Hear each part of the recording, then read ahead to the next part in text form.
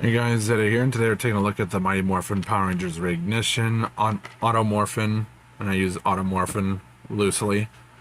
Yellow Ranger, aka Trini. So, compared to the dudes, they definitely made the girls more feminine this time instead of just being straight repaints, like with the original figures. So, props to Playmates for that. Something that Bandai wasn't able to go back and fix, really. Unless they did. In the last few years, they had the license. Which they most likely didn't. The last Auto-Morphins they did put out were just straight up re-releases of the originals. But yeah, with this looks good. Although between the paint and the plastic, you're obviously going to have two different shades of yellow. That's just an objective fact. You can't tell. Fuck autofocus. You can't really see the saber-toothed tiger on the power coin, really. Holsters again, fitted in there nice. The eyes on the helmet here, they're not painted. Everything else looks alright.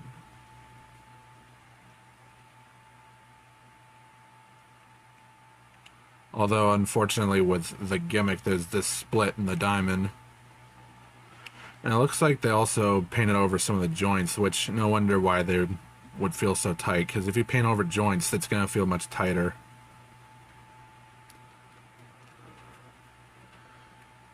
And unfortunately, will this thing focus? Damn it. Unfortunately, this isn't really Auto-Morphin, because you'd have to reset it manually. And you have Trini here.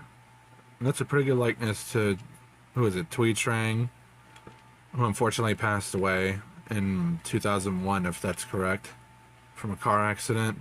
If that's right. I looked it up, but, you know, my memory is shit. It's still a good likeness. The head turns slightly, but only very slightly because the way her hair is draped over her neck.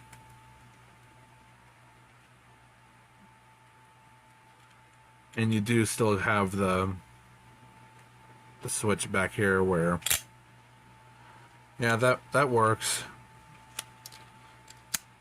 Even, the funny thing is, even Trini and, let's see, and Kimberly here, they came with instructions to say, hey, you gotta manually reset it.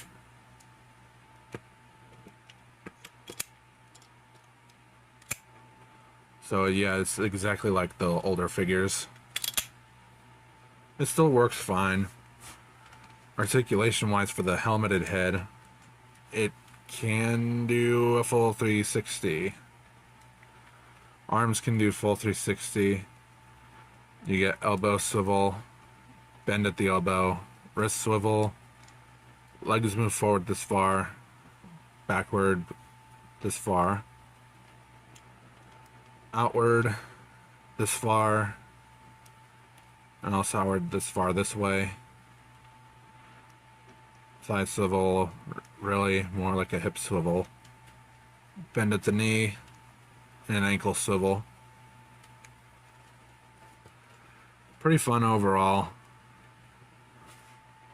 Accessories, blade blaster in both sword and gun modes.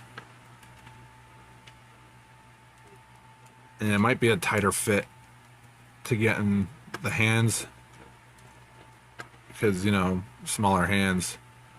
So you can hold the blade blaster like that, and it could fit in the holster a lot better actually than some of the other figures.